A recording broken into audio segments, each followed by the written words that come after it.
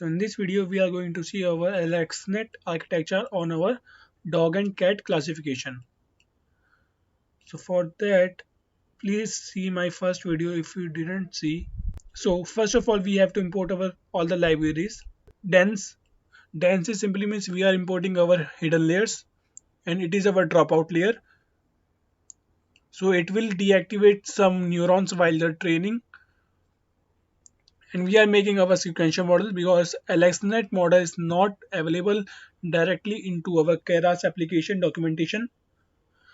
So there we are importing a data generator. It is used for data augmentation, and it is used for, suppose we already created our model, and after saving that file we have to reuse it. For that we can load our old file with the help of load underscore image.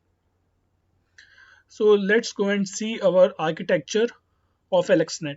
So here you can see it is our image, input image, and here one thing we have to observe that we are not applying our padding, and it is our convolution layer, and after one convolution we have to apply our pooling layer. Now let's compare both the things, convolution layer on our image. So with the help of this we are applying our convolution layer on our image, and after that we have our max pooling layer. After that in the same image also we can see our pooling layer. So I have followed this way. So after this we are applying three convolution layers without any break or without any pooling layers. For that, let's close this. Now as we can see, in our previous image, the our image size gets smaller after the layers. So this is a main disadvantage of our AlexNet model. Now let's move down. Now here it is our kernel size. Kernel size is nothing but our size of our filters in our combination layers. And here it is our strides. So it can find our feature maps. So it will shift toward this to find the correct value in our matrix or in our feature map. So batch normalization is used to perform the scaling of our distributions. And our here we are applied dropout layer because to prevent the overfitting in our models.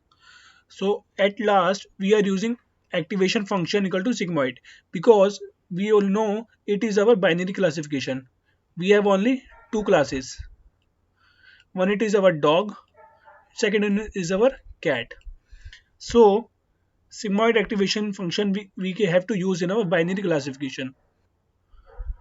So after writing all the codes for our model, we have to see our summary, that how our model looks. Now it is the most important step. So for that I take it here, binary cross entropy is equal to loss, because we already know it is classification. So for that I have used our binary cross entropy. For optimizer I have used our Adam, because Adam is the most popular optimizers.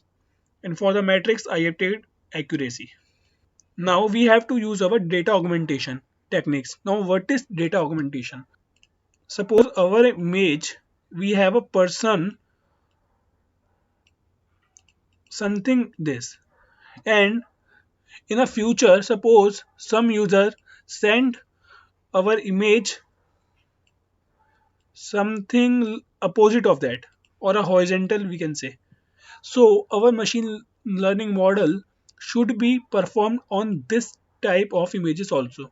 So for that we have used data augmentation. So internally it will make more and more features, or we can say more and more images to train our model for our better accuracy. Now in the data augmentation, for the training augmentation I have rescaled my data. Zoom range is simply means it will take a random zoom for our images. Shear range is nothing but our it will help us to change the angle of images. Suppose at initially our angle was that 90 degree, and after some time it will try to change my angle something like this. So it will be also a type of feature for our image. Now horizontal flip, it will directly flip our image horizontally. So remember one thing, that for only training data we need all these things while doing data augmentation. But so now we have to start our this data augmentation on our images. So for that we have our training part, testing part. Let's move to the final step to our data set.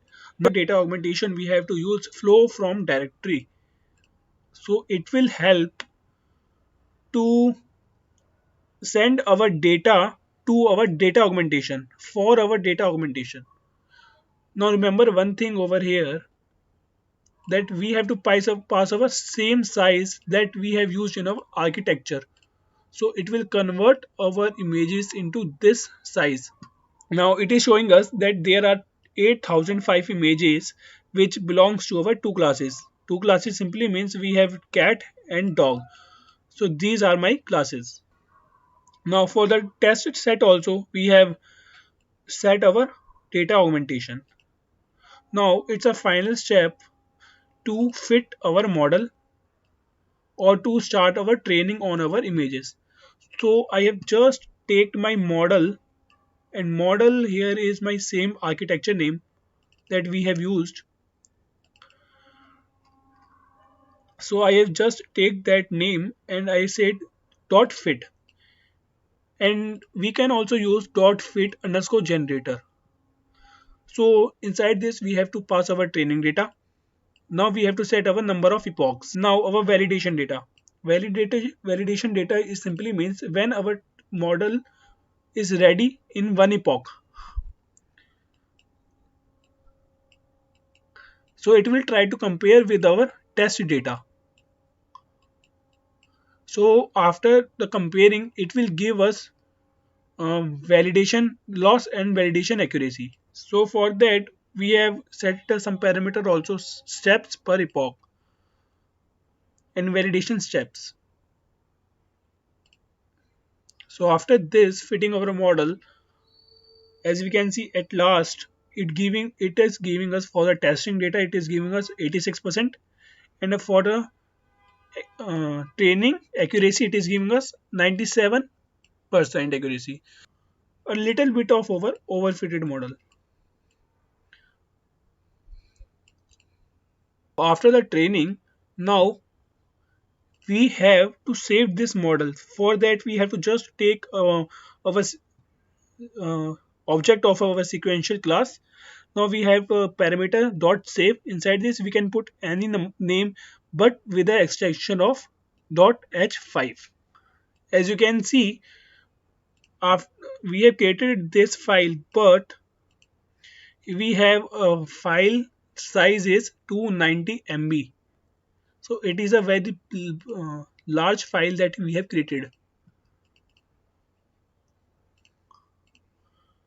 Now after that we have to compare our training accuracy and our testing accuracy. So for that we have used our matplotlib.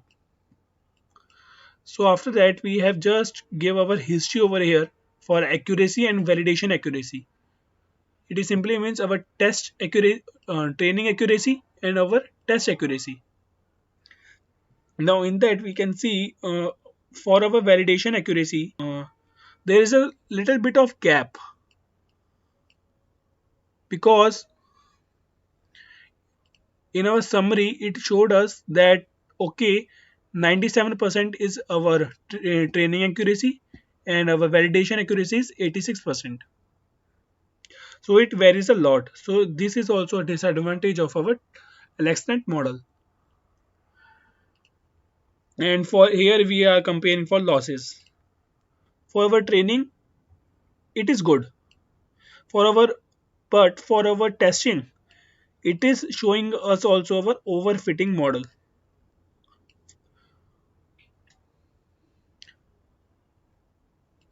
Now, after the saving this model, we have to use this model after saving that file. So for that, we have to just import our load underscore model. After that, we have to just provide our directory name or our file name. Now, as we know, while converting our architecture, so we have sent our image of 227 cross 227. Now we have to use our same size while testing also. So for that we have to use our this library from tensorflow.keras.preprocessing.import image. So it will help us to convert our first we have to convert our image into array, then it will try to normalize it. After that we have to give our array into predict. So as we can see, it returns two values because in the last layer we have used our two neurons and sigmoid activation function. So we can also use our one neuron over here. So it is better to take two neurons because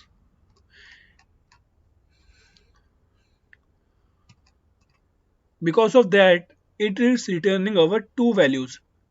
And in our directory, in our as you can see, we have first cat and second our dog. So for and this is the accuracy for our cat,